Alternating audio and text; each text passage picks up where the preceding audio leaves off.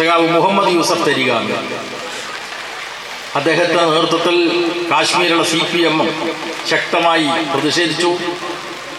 നമ്മുടെ CITUവിൻ്റെ നേതൃത്വത്തിൽ തൊഴിലാളികൾ, അതുപോലെ തന്നെ ജീവനക്കാരുടെ സംഘടനകളൊക്കെ ശക്തമായിട്ടുള്ള പ്രതിഷേധമാണ് അവിടെ പ്രകടിപ്പിച്ചത്. രാജ്യത്തുടനീളമുള്ള അനുഭവം അതുതന്നെയാണ്. എല്ലാവരും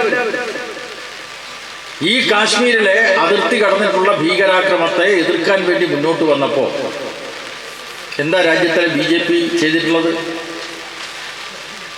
അതിനകത്ത് മതത്തിൻ്റെ കാര്യം കണ്ടെത്താൻ വേണ്ടിയുള്ള ശ്രമമാണ് BJPയും RSSും നടത്തിയത്.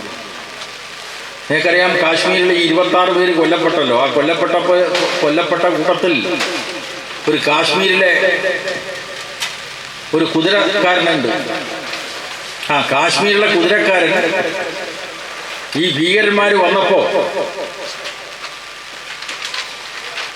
അതിനെ എതിരിടാൻ വേണ്ടി അവരുടെ ആയുധം പിടിച്ചെടുക്കാൻ വേണ്ടി ശ്രമിച്ചിട്ടുള്ള ഒരാളാണ് സയ്യിദ് ഹുസൈൻ ഷാ. ആ സയ്യിദ് ഹുസൈൻ ഷായെ അടക്കം ഈ ഭീകരന്മാർ കൊലപ്പെടുത്തിയിട്ടുണ്ട്.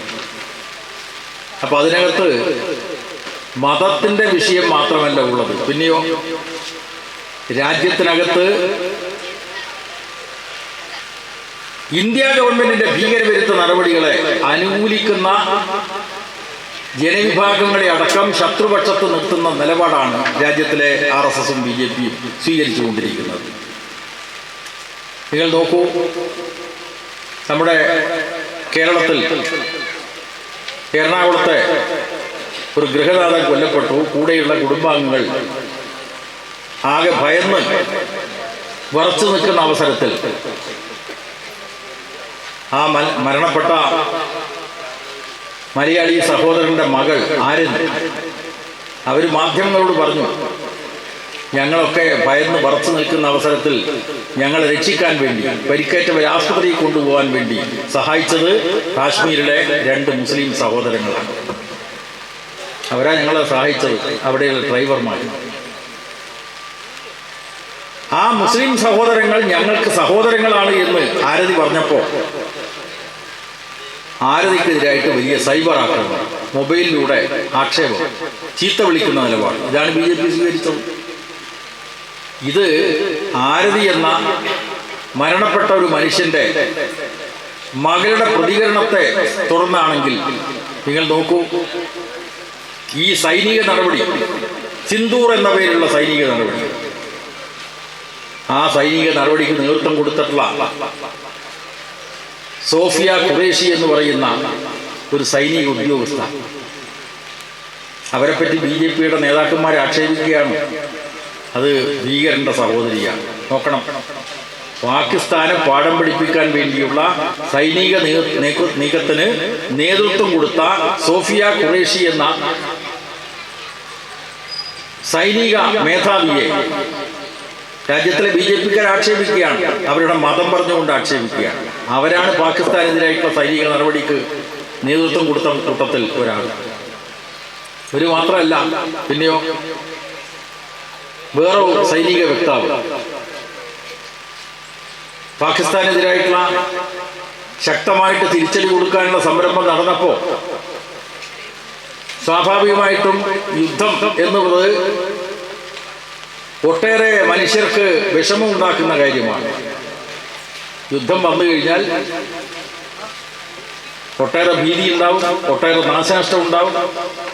അത്തരമൊരു യുദ്ധ സാഹചര്യത്തിലേക്ക് പോകരുത് എന്ന് ചിന്തിക്കുന്ന അവസരത്തിലാണ് 2 രാജ്യങ്ങളുടെയും സൈനിക തലവന്മാർ ചർച്ച ചെയ്തുകൊണ്ട് വെടിനിർത്തലിന് വേണ്ടി തീരുമാനിച്ചത്. ആ വെടിനിർത്തൽ തീരുമാനം രാജ്യത്തോട് വെളിപ്പെടുത്തിയിട്ടുള്ള സൈനിക വക്താവിനെതിരായിട്ടും ഇതേപോലെ അദ്ദേഹത്തിൻ്റെ മതം പറഞ്ഞുകൊണ്ടുള്ള ആക്രമണം. ഇതിൻ്റെയൊക്കെ പിന്നിലായ BJP. ആ BJPയുടെ റെക്കോർഡ് നമുക്കറിയാം. ഇവിടെ ഭക്ഷണ സമ്പ്രദായത്തിൻ്റെ പേരിൽ എത്ര ആളുകളെയാണ് ശത്രുപക്ഷത്ത് നിർത്തി ആക്രമിച്ചത്? ബീഫ് കഴിക്കുന്നു എന്ന് പറഞ്ഞിട്ട് ആളെ കൊല്ലുക, പശുവിനെ കടത്തുന്നു എന്ന് പറഞ്ഞിട്ട് ആളെ ആക്രമിച്ച് കൊലപ്പെടുത്തുക. രാജ്യത്ത് ജനങ്ങൾക്കിടയിൽ മതപരമായ ശത്രുതയുണ്ടാക്കി ആളെ കൊലപ്പെടുത്തുക, വർഗീയ സംഘർഷങ്ങളും കലാപങ്ങളും ഉണ്ടാക്കുക. ഒരു ഭാഗത്ത് വഖഫിന്റെ പേര് പറയാ, അപ്പുറത്ത് പറയാ ക്രിസ്തീയ സഭകൾക്കാണ് ഏറ്റവും കൂടുതൽ സ്വത്തുള്ളത്. ഇങ്ങനെ വസ്തുതാ വിരുദ്ധമായിട്ടുള്ള കാര്യങ്ങളും നുണകളും പ്രചരിപ്പിച്ചുകൊണ്ടുള്ള വിദ്വേഷത്തിന്റെ രാഷ്ട്രീയം, അതാണ് ഈ രാജ്യത്തിലെ BJP ഇന്ന് നടപ്പായിക്കൊണ്ടിരിക്കുന്നത്. ഈ പഹൽഗാമിലെ വിനോദസഞ്ചാരികൾ ആക്രമിച്ച സംഭവത്തിനെതിരായിട്ട് എല്ലാവരും ഒറ്റക്കെട്ടായി പ്രതികരിച്ചു.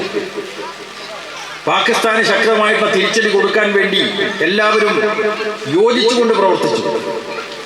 അതിൽ പോലും വർഗീയത കാണുന്ന ഒരു പാർട്ടിയായിട്ട് BJP മാറിയിരിക്കുകയാണ്. തീർച്ചയായിട്ടും ആ BJPയെ ഒറ്റപ്പെടുത്തണം. ജനങ്ങളെ ആകെ ഒന്നിപ്പിച്ചുകൊണ്ടാണ് രാജ്യത്തിൻ്റെ നേരെ വരുന്ന എല്ലാ ഭീഷണികളെയും ആക്രമങ്ങളെയും എതിർത്ത് തോൽപ്പിക്കേണ്ടത്. ഞാൻ മറ്റു കൂടുതൽ കാര്യങ്ങളിലേക്ക് കടന്നു പോകുന്നില്ല. നമ്മുടെ രാജ്യം